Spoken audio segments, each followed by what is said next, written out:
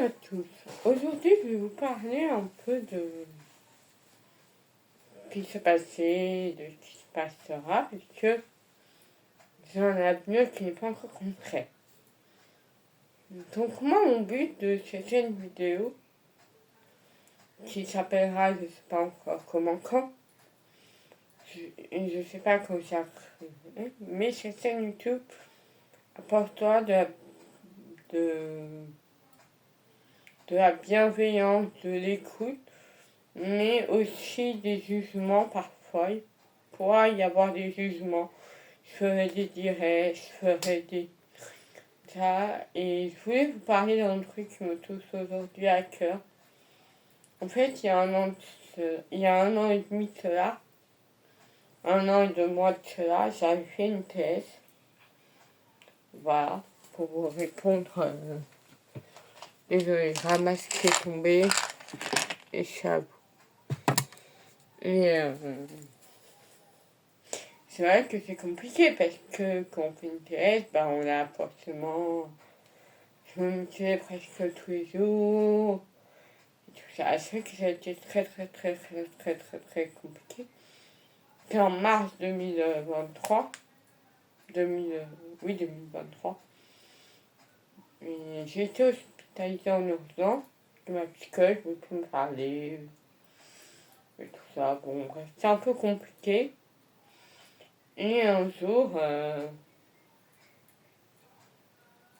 je suis sortie de l'hospitalisation, mais en mieux. Et en même temps, en pire. Parce que j'avais l'appréhension et tout ça. Mais j'aurais aimé continuer ma formation. Alors je souhaite aux gens qui font des formations de reconversion, ou des formations de tout ça, allez jusqu'au bout de votre truc. Et que c'est hyper important. Moi, par exemple, j'ai pas pu aller jusqu'au bout de ma formation et j'aimerais là revenir sur mes pas pour prendre, on va dire, entre guillemets, soin de moi parce que en fait, j'ai besoin aussi de ce moment-là où je puisse faire vraiment de que j'avais envie de faire au départ. Ça, je sais que ça ne sera pas possible, que pour moi, c'était un e-sport. Et on est déjà qu'il n'y en a pas, ce qui est normal, qu'on est tous handicapés. On est déjà tous, enfin tous les travailleurs, comme on les appelle. Moi, là, en ce moment, je travaille à l'ESAT depuis le 14 mai à l'ESAT de Celle. Donc, si vous voulez venir, vous soyez bienvenus, mais il faut réserver avant, par contre. Il faut réserver aussi le menu. Il y a un site, c'est l'ESAT de Celle. Vous mettez l'ESAT de Celle, vous allez trouver, c'est la table d'Elisa et elle est très bonne. Je vous la conseille vivement. Après, moi, j'aurais un truc à vous dire. C'est que là-bas, ils mettent beaucoup la pression et tout ça. Il faut souvent aller vite et tout ça. Mais après, voilà, c'est à faire et puis voilà. Et après, désolé, j'ai failli me casser la figure.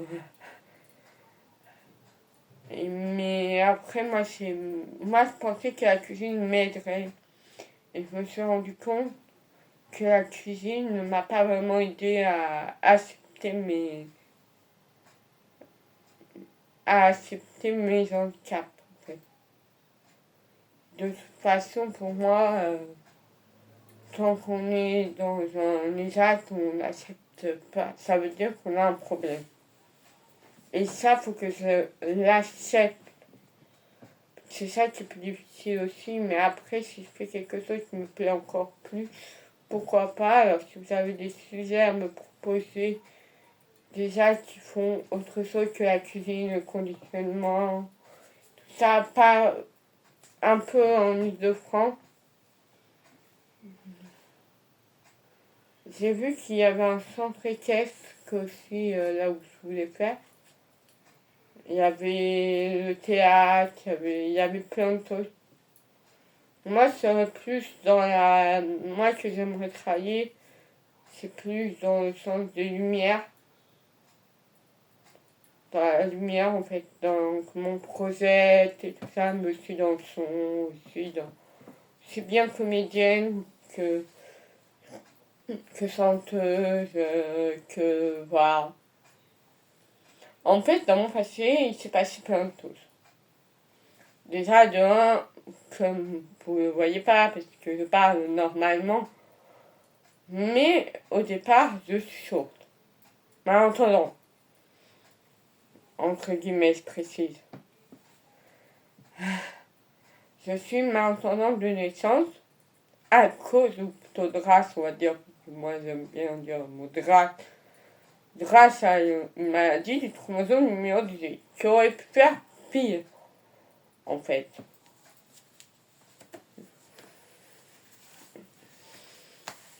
Et voilà, moi c'est ça qui m'a toujours fait vibrer, et voilà. Et en fait, au départ, vous ne savez pas que j'étais sourde. À la naissance, j'entendais bien. Je sentais peut-être les vibrations, en fait. Ils ne se sont pas rendus compte. Je pense que c'était les vibrations que j'entendais et pas le reste. Deuxièmement, quand ils ont vu que j'avais une maladie du chromosome numéro 18, en fait, c'est un bout de plus qui s'est ajouté ou qui s'est enlevé, je sais plus, bon, que je demande des infos. Mais j'ai une maladie du chromosome numéro 18 qui n'a pas encore de nom. Pourquoi? Parce qu'elle est, entre guillemets, orpheline.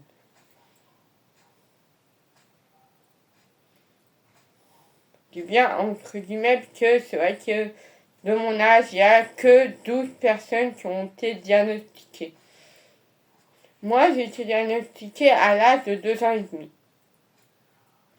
Mais au départ, on avait quand même vu qu'il y avait quelque chose qui n'allait pas. Puisqu'on a dit à mes parents que je pouvais mourir, que je savais jamais faire du vélo, que je savais jamais faire de natation, de piscine, de nager, quoi. Que je savais jamais faire du tennis de table, que je saurais jamais... Mais j'ai d'autres problèmes. Alors, je vais vous expliquer en quoi consistent ces problèmes-là. Et je vais les mettre sur mes réseaux sociaux après. Parce que cette vidéo sera aussi sur les réseaux sociaux. Ça sera une première pour moi. Alors, il y aura deux sortes de vidéos. Déjà, il y aura ces vidéos où je parle tout le temps. Il y en aura d'autres où c'est vous qui parlerez à ma place. Voilà. Et moi, j'en tire plus de degrés. Voilà. Il y aura plusieurs sortes de vidéos. Bon, revenons à ma sauce.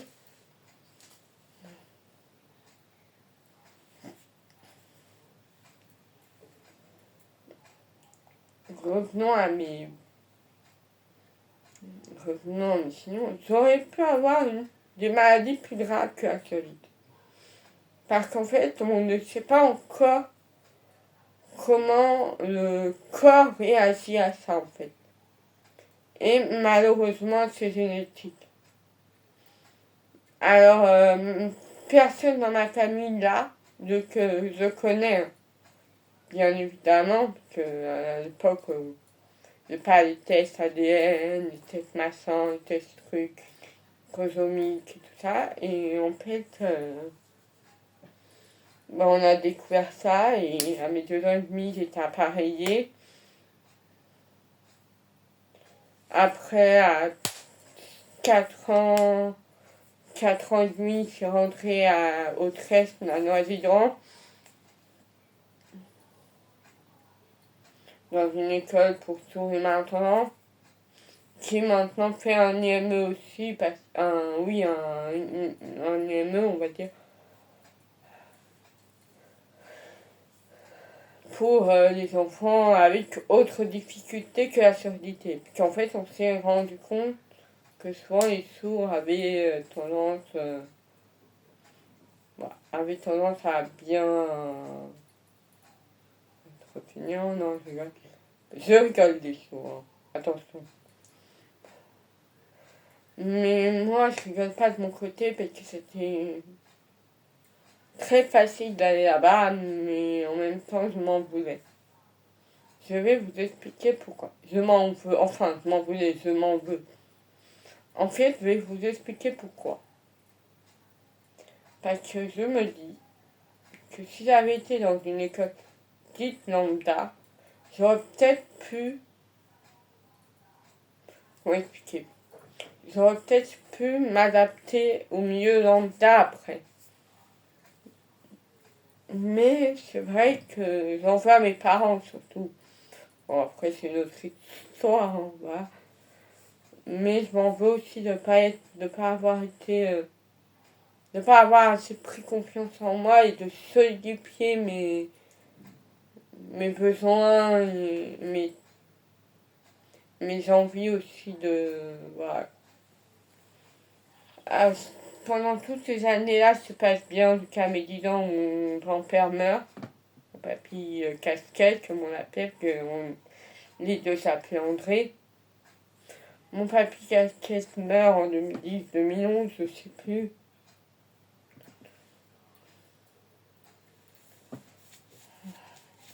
J'avais... Non. En 2009-2010, pardon pour l'oubli, j'avais 10-11 ans. Et voilà, j'allais vers un nouveau truc. Il fallait que je m'en sorte, il fallait que je n'avais jamais rien dit à personne en fait. Que mon papy me manquait comme ça et un jour j'ai explosé.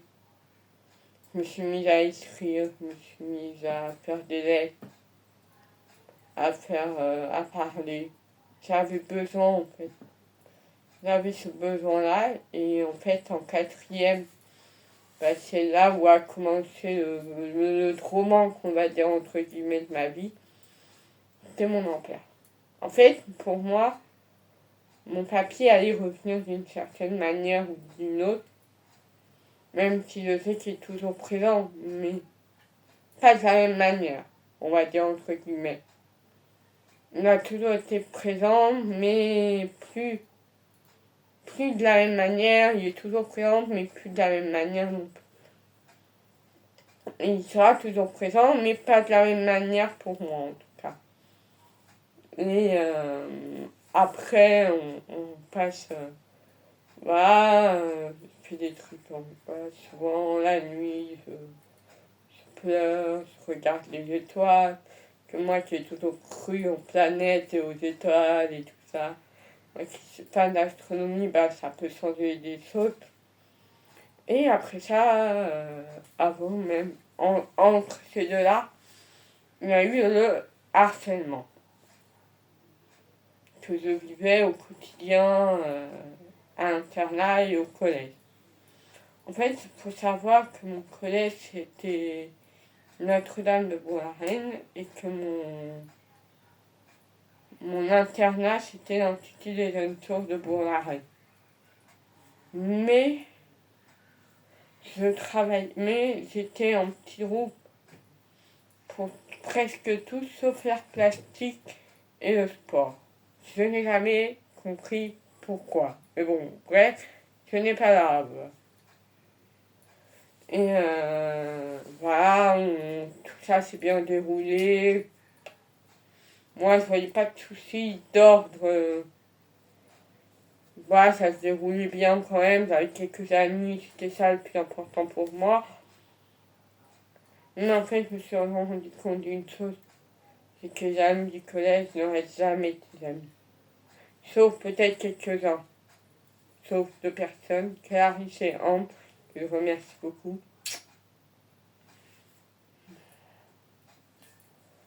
Et comment expliquer?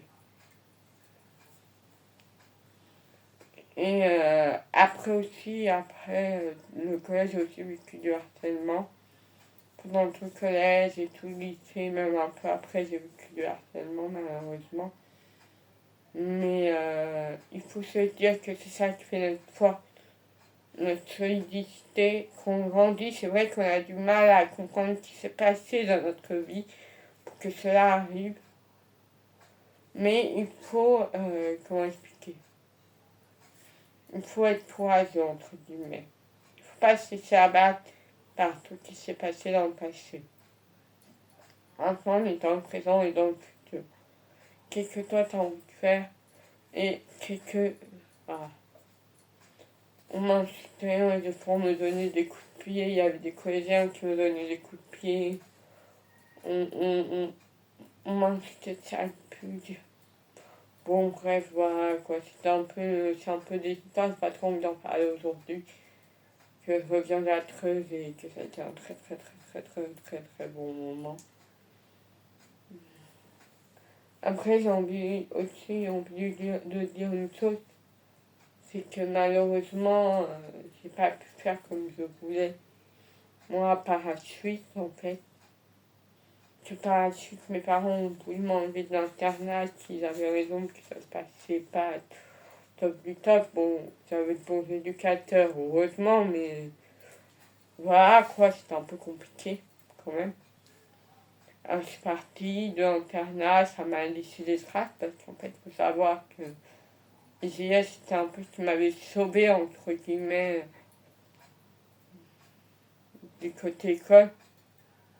Moi, j'étudiais tous les jours, j'étais volontaire, j'apprenais mes leçons toute seule, près dès l'âge de 10, 11 ans, 12 ans, 13 ans. Et c'est vrai que je me suis pris tard, mais c'est parce que j'ai des problèmes à côté. Mais pour moi, c'était une révélation. Donc, comme j'avais vu que les éducateurs étaient bienveillants, que les éducateurs pouvaient être bienveillants, je me suis dit, pourquoi pas devenir éducatrice spécialisée en fait. Et en fait, je pense que j'aurais dû choisir une autre voie et revenir peut-être après là-dessus. Mais bon, ce qui est fait comme on dit. Alors, bah voilà, la dernière chose que je voulais vous dire, c'est que il ne faut jamais abandonner ses rêves. Et même si on n'y croit plus du tout, il ne faut jamais les abandonner. Moi, je dis pas de croire en vos rêves, on ne peut pas forcément croire en nos rêves. Mais voilà, il faut croire en soi et il faut vraiment solidifier ses actions. Je fais cette vidéo parce que je me sens un peu seule en fait en vrai. Et après j'ai fait des formations qui se sont mal passées, tout ça. D'autres qui se sont à peu près bien passées, d'autres moins bien. Mais c'est la vie, on peut rien y faire. Et aujourd'hui, je travaille et c'est ça important. Je voulais vous faire d'énormes bisous. S'il vous plaît, abonnez-vous et merci beaucoup. C'est